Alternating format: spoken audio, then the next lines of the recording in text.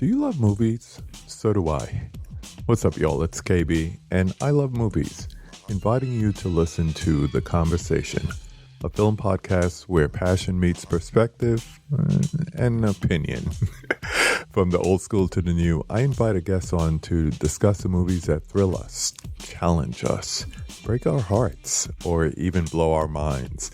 There's always new episodes dropping wherever you get your podcasts.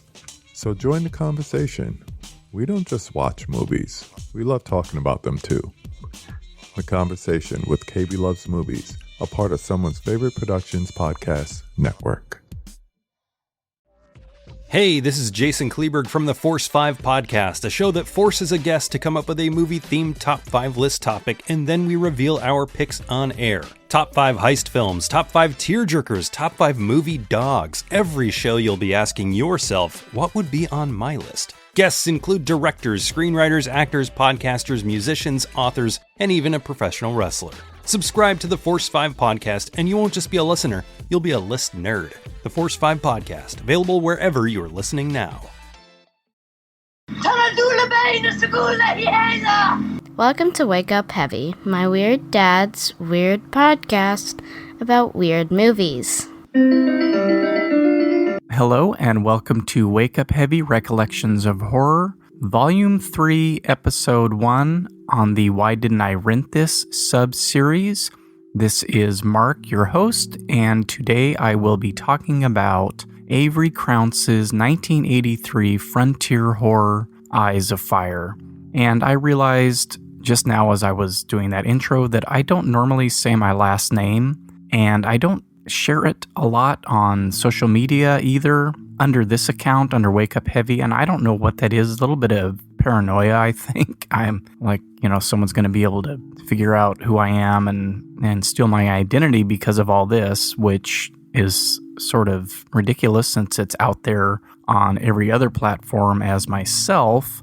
For anyone who hasn't caught it, my last name is Begley, like Ed Begley Jr., who I always kind of think is my fourth cousin twice removed. There is no credence to that claim, but I always like to think that. It's just about the only other Begley other than his dad that anybody knows. I think there's a comic book writer who might have the exact same name as me, but it's not a very common last name, so.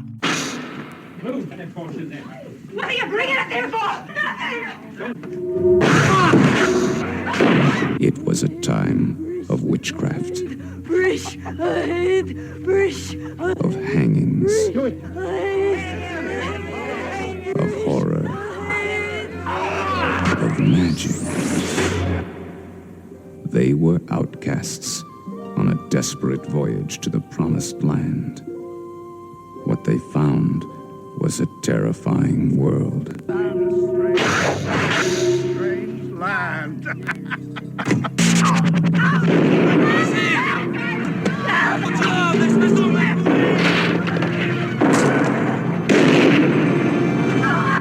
Lost in a forest far from home,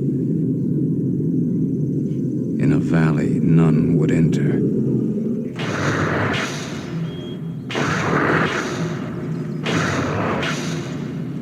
That tree says that this valley is where the lost blood gathers. It's the home of the devil.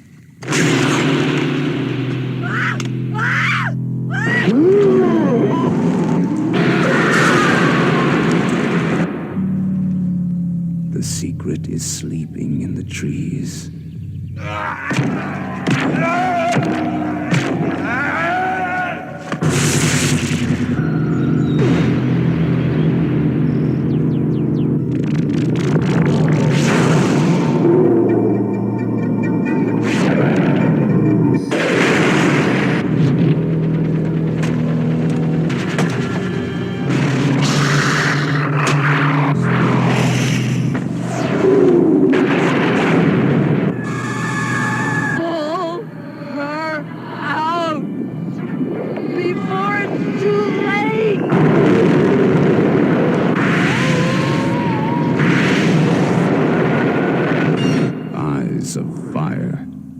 secret is sleeping in the trees. And I am feeling quite spunky today. I don't know what it is, but this is going to be a heavily tangential episode. And part of that is because on Friday night, my wife went to a fancy dinner shindig. And so my daughter and I were left to our own devices. We ate $15 worth of Taco Bell. That doesn't sound right. And proceeded to entertain ourselves. And she was watching some show that she likes on Amazon Prime. And I watched The Shining for the 150th time. And then I realized, oh crap, it's Friday night. I need to watch Joe Bob Briggs' The Last Drive-In. This is the first one I've watched, and I missed the episode on Demon Wind, but when I tuned in, The House of the Devil was just starting, which is a movie I enjoy. I have to admit that I don't know that I ever watched his old show on, now I don't even know what channel it was on, TBS, TNT, or USA or something. And so he's a horror host. He does kind of the Elvira thing where you stop the movie, talk about it. And I just never, I don't know, it never appealed to me for some reason. I had a lot of fun watching it. It was interesting that he noted that Ty West, the director of that movie, main inspiration was The Shining, which I had just got finished watching, and so I saw that a lot more than I had before, so that was kind of nice. But one thing that I really noted was that he goes off on tangents like crazy, and it made me feel so much better about doing this on this show. I am not comparing myself to Joe Bob Briggs. Dude's been around for God knows how many years doing this stuff, but that was sort of the interesting stuff to me. And it may or may not be the interesting stuff for people listening to this show. But, if something clicks in my head and I think about it and I want to go off on a tangent, I'm going to fucking do it. Oh, and that's the other thing. Since I'm feeling spunky, this episode might be filled with F-bombs. And so apologies in advance to my mom. Yes, your 50-year-old son says the F word. Let's clear that up right now and get on to this amazing movie. Again, like The Gate, which was, I think, the last one of Volume 2, this is a movie that I saw quite often at the video store, was intrigued by the cover image, and why I never rented it, I don't know. I don't know if I looked at the back and the idea of a Western horror, or as I called it, frontier horror, made it unappealing to me. I'm not sure. But I really wish I had seen it. I think it would have just absolutely flipped my lid back then, because it does now. And it's the sort of really weird, unintentional surrealism that I've discussed numerous times. I don't know why I never rented it.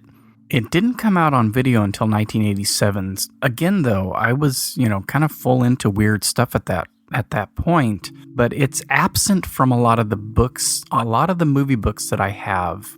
There is no write-up on it. I had to kind of dig through a bunch of them before I found one. I think that's part of it, like not being able to obviously go on the internet and look up a bunch of stuff. It just kind of died away. And the movie came out in 1983, didn't do very well. I'm pretty sure it had mostly negative reviews, and then when it came out in 1987, it sort of gained a little bit of a cult following, and that term gets tossed around for so many different movies, but it did garner a little bit more appreciation. Then it died off again. I think there was a Laserdisc release at some point, but it's still very hard to find. Both times that I've watched it, just like Lamora, I've had to watch it on YouTube, and it is a crappy VHS transfer. And there are two versions on there. I linked the one that I watched, but maybe do a search for it on there and watch the other one. I watched this particular one because it had a longer runtime, so I figured the other was edited. But I think at the tail end of the one I watched, it kind of restarted. There were like 2 minutes of the beginning on there again. So I don't think either copy looks all that great. This had a lot of jittery motion to it, and it's very dark. And of course, it's the wrong aspect ratio and all that. It's about your only option. I can't even find it in searches on justwatch.com or other sites that show you where things are streaming. So on to the one entry I found, and this is not Psychotronic. This is something called The Phantom's Ultimate Video Guide. Let's see, when did this come out? probably late 80s, early 90s, and I am seeing a publication date of 1989. So, see, I was into weird stuff. Eyes of Fire, 1986.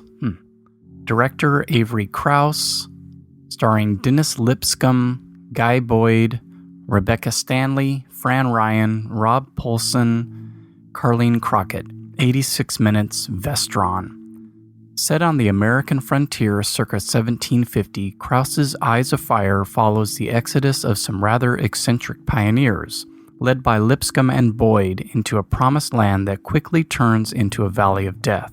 To Krauss's credit, Eyes admirably forgoes gore in favor of a quieter, Val Lewton-like approach, and his hallucinatory tale definitely has its black magic moments. Naked ghosts come and go, living faces form on haunted trees, and blood flows freely from the earth.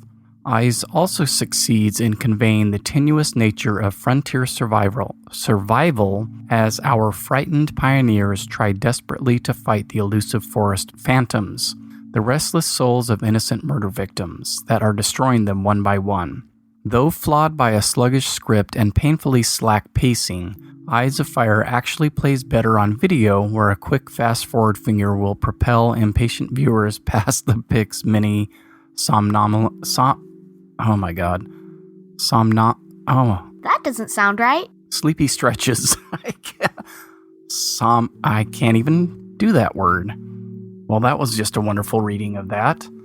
Again, in cases like with Psychotronic Encyclopedia of Film, some of that information isn't quite accurate. It's Avery Krauss, not Krauss. Like I said, it was actually released in 83 and then on video later, 87. Those are the dates that I found doing my little bit of research. 86 falls in the middle there somewhere, so it probably was one of those films that got released sporadically over the years in different areas. And I don't agree with the fact that it has slack pacing or a sluggish script at all. This is a fucking crazy movie.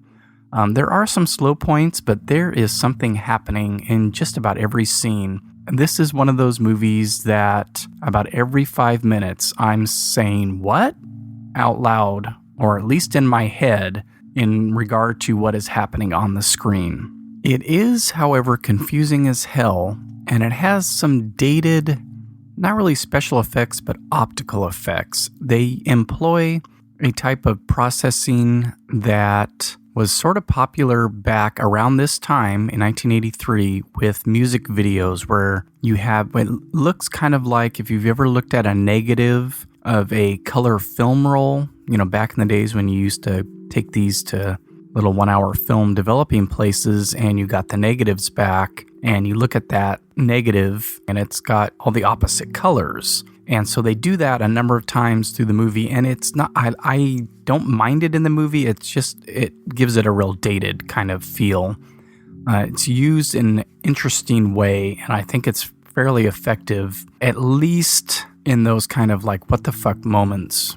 The first thing that came to my mind when I saw that was the video for I Want Candy by Bow Wow Wow. So as that description noted in the Phantom's Ultimate Video Guide, this is about a family who has been booted out of their community for religious reasons and is left to fend for themselves in Indian territory, basically. And when I watched this, I had seen The Witch. I think I had watched it twice by the first time I watched Eyes of Fire. I was immediately struck by that similarity. Now this, I think The Witch takes place in the 1600s, so this is about 100 years later. But that idea of a family getting run on the rails out of town because of some heretical religious ideas. And I think in Eyes of Fire, it's more that the leader of this family is a preacher and he's having an adulterous affair. So maybe it's not so much heresy, but then also his sister, I believe, is considered a witch, has strange powers, so that comes into play as well. It would make a very interesting double feature with The Witch. I would probably, well, I guess it depends on your mood, but this is not as dour and slow as The Witch, so if you want to end on a crazy note, watch this one second and watch The Witch first. If we're going strictly by technical merits and quality of film, which of course is subjective, maybe watch Eyes of Fire first and end with The Witch. But very interesting kind of similarities there. And the dog is barking again. But back to the confusing aspects, I really had a hard time the first time understanding who each of these people were and how they were related to each other. It's a family. We have the preacher who is having an adulterous affair. I'm not really sure if he also has a wife or if the kids in the movie are his lover's kids. Her husband ends up going along with them as well. He kind of shows up after the family's been kicked out. They steal a ferry and go boating down the river on it. He follows behind and ends up meeting up with them and basically staying. They all stay together. I can't really remember. Some of the daughters, I think, are old enough to where they appear that they could be the preacher's actual wife. So I figured that out a little better the second viewing, but it's still very confusing. And a lot of the women have a very similar look. They all have brownish hair, roughly the same length. And then the kids, there's two young girls who are, I don't know if they're twins, if they're supposed to be twins, but they look exactly the same. And then there is some instances of flash forwards and flashbacks. And so it gets a little convoluted, probably a lot more confusing than it had any right to be. But I sort of just went along with it and got a kick out of that confusion, and it added to that sort of surreal tone for me. And I think in the voiceovers, it's from multiple people, and it might be also that it's, from future characters telling the past in the present. I don't know. What the fuck am I trying to say? That doesn't sound right. They're grown up now and they're telling the story, from when they were younger. As to who's telling what part of the story, I was just like, I have no idea, but I'm here for it. At the beginning of the film, the townspeople come to hang the preacher because of his adultery. Leah saves him basically by doing a little bit of an incantation and breaking the noose, and he gets free and they all leave. And so Leah is considered to be, or what they call, the demon witch. And I think during some of the voiceover, one of the younger girls who's telling the story back to us says that she is an Irish fairy. She was a fairy, Leah was. An Irish fairy. And we discover later on in the movie that Leah's mother was burned at the stake, so she was probably accused of witchery as well. I don't know if she's speaking in tongues at one point or if it's an actual other language. And oh my lord, I just realized she sounds exactly like the crazy cat lady on The Simpsons. And then her voice is kind of modulated throughout the movie to give her that witchy appearance. The family basically sets up camp in this valley that the Shawnee Indians will not go into because it is supposedly cursed. And we discovered that it is cursed by the dead Indians, the people that settlers had killed. And this is probably the most effective and creepy part of the movie.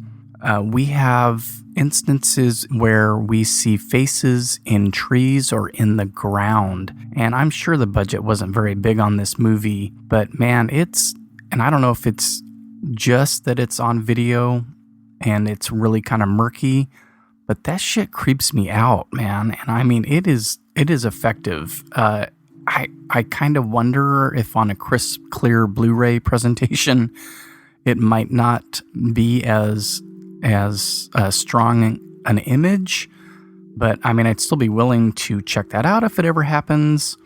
But yeah, those are the kind of what the hell moments, and it happens a lot, and it is super creepy. And then we have that negative, that processing where the color shifts on the image and these ghosts kind of appear and disappear. And again, it's super, super creepy. And this is a movie that I kind of think if I watched it in the middle of the night by myself, I might actually get the creeps for real. You know, when I watch it during the day and kind of sitting there taking notes and stuff, I note the creepiness, but I'm not really kind of getting freaked out, even though I'm usually home by myself. But I could definitely see getting spooked by this one in the middle of the night. But there's some really amazing imagery in this film. When they first arrive at the valley, Leah finds this tree, and I don't think I caught this the first time, and it looks like it's covered in white down, and it does turn out to be feathers, and I guess this is a sign. They're all white feathers. It's just a really striking image and portends awful things for them. All the images of the faces in trees and in the ground are really striking. At one point, there's a rainstorm, and then it turns into, I don't know if it's an attack by the ghosts, or if it's supposed to be that this is raining down on them, but they get pelted by skeleton parts. And I think one of the men, one of the brothers or sons, gets stuck in the neck with a bone or something. So it's unusual and weird and a whole lot of fun to watch. And I'm sure I've said Indians a couple of times, and that is, of course, what they say in the movie. And so pardon that I have in my notes say natives or Native Americans, and so I already screwed that up. My apologies. And one of my favorite parts of the movie, just kind of remembered this one. The preacher's books get stolen at one point, and he absolutely flips out. He's got this whole thing about... Yes, it's true. They're savage, but they are also a noble people. And with a little help, they could become Christians. But how can the Indians learn if there's no one to teach? The differences between them and the Native Americans, he takes us as such a personal affront. It says GD, I don't know how many times, which just made me chuckle since he's supposed to be a preacher. Then they end up coming back, but they are just all torn to pieces. And it seems like nothing else has bothered him up to this point as much as losing his precious books. So just an odd touch among numerous odd touches in this film. I mean, I could go on for an hour just describing all the strange scenes, the Native American ghosts nursing on the cow that shouldn't be producing milk anymore. The cow still gave milk. Papa said she was long since freshened. Leah taking a frog out of the forest creature's mouth and eating it and shooting out sparks all over the place. The little Native American girl that they discover, who might not be what she seems, blowing up at the end when they shoot at her. Kind of spoilers here on that point, sorry. And just tons more very strange visuals. The score adds a nice touch to it as well.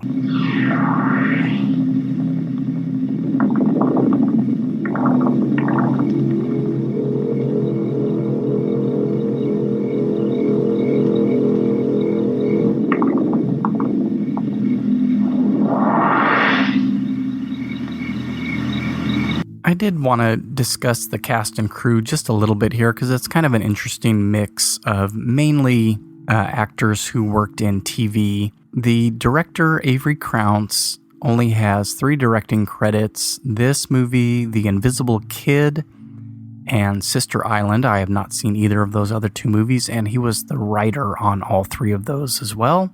Brad Fidel did the music, and he has a ton of credits, and he's got a lot of song credits, so songs that appeared in films, and one of those happens to be a really great, sleazy Charles Bronson movie called 10 to Midnight, which I may do an episode on sometime. I remember seeing that as a kid, probably edited on TV, which is kind of crazy if you've ever seen it.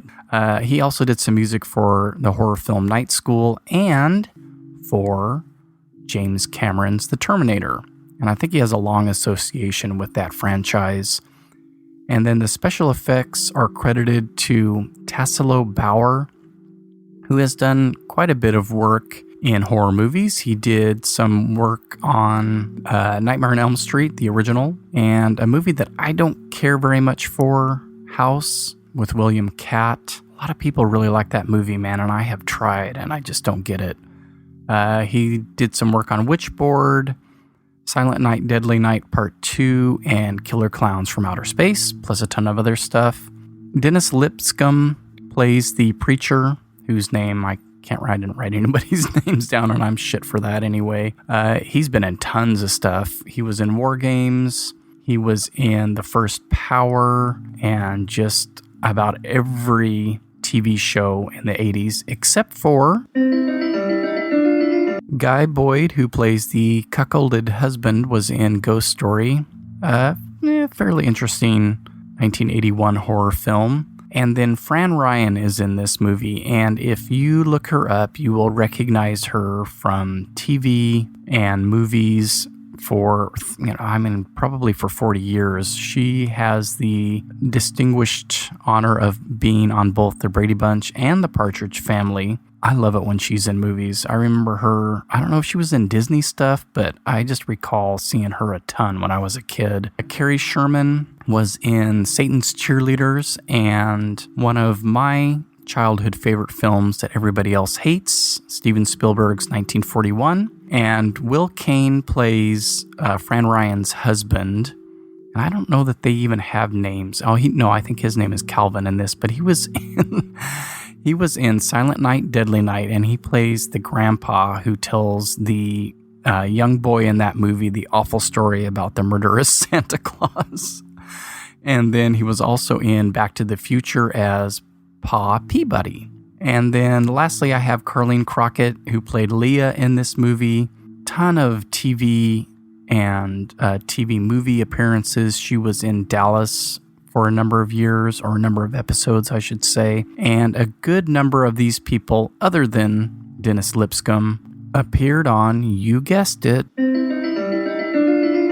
forget about 6 Degrees of Kevin Bacon. We need 6 Degrees of Jessica Fletcher. There are so many, especially in these 80s movies, man, so many of these people found their way onto that damn show. Okay, I wanted to wrap up with the usual news and information bit here. You know what, I don't think I've done this yet, but I need to thank Trace Thurman for the little cheat sheet that helps me out with that cast and crew part of these. And I haven't done cast and crew on every episode, but I know I've used this cheat sheet a number of times since he so graciously made it available to me, so thanks to Trace. And the last volume 2 of Why Didn't I Rent This has been compiled. It's already up on the site as one long episode. My apologies to my listener in Houston who listened to Let's Scare Jessica to Death 80 times. You'll have to find it on there now. It's the middle section. Starts at, I think, 18 minutes and 45 seconds. Up next for the full episodes, I'm having the hardest time deciding on movies this season. If anybody wants to offer any suggestions between Martin, The Thing, what were my other ones? Oh, and 2 Polanski movies, Rosemary's Baby and The Tenant.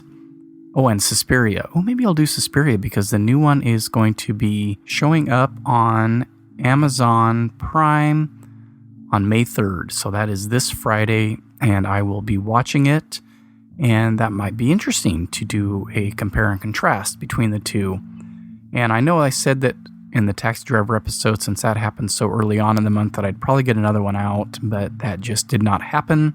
If you didn't catch the memo about the Patreon site, it is shut down indefinitely. It may pop back up sometime in the future. I'm going to give that a while, though. And of course, at the beginning of this episode, I made a big deal about tangents and the F word, and I don't think I did a whole lot of either, so... yeah, that's how it goes. I will put the YouTube link to Eyes of Fire on the show notes on the blog, wakeupheavy.com, so catch it there. It's a crappy transfer, but it is better than nothing. Give it a shot. Watch it with The Witch, which is on... I think it's currently on Netflix, actually, and Canopy, if you have access to that. that is the end of Why Didn't I Rent This? Volume 3, Episode 1. Oh, and that made me think. I thought I was numbering these things incorrectly. I mean, obviously, it's not a real volume. Volumes are usually annual things. And I thought, should I be numbering these sequentially? Like the last 3 should have actually been 4, 5, and 6, and this would be number 7, but I think I'm doing it right. So if you have any opinion about that, let me know. Because it's probably going to be 3 episodes per volume, not the 5 or 6 that I initially discussed ages ago when I started this. So, and yes, I am still compiling them. It just gets on my nerves to see all those little episodes floating around. So I kind of like to clean stuff up. And for some reason, this seemed like a good idea at the beginning, and I'm sticking with it. Thank you all for listening. Thanks to those of you that came because of Mike White and or the projection booth and have kind of stuck around. I can see some new listeners that aren't just listening to those 2 episodes. So welcome. I hope you stick around with Wake Up Heavy for a while. And who knows what's next? I never do. So that is one big difference between the projection booth and this podcast. One of many differences. All right. What should I play out with? A little bit more of Bow Wow Wow? Let's do it. Don't forget to wake up heavy.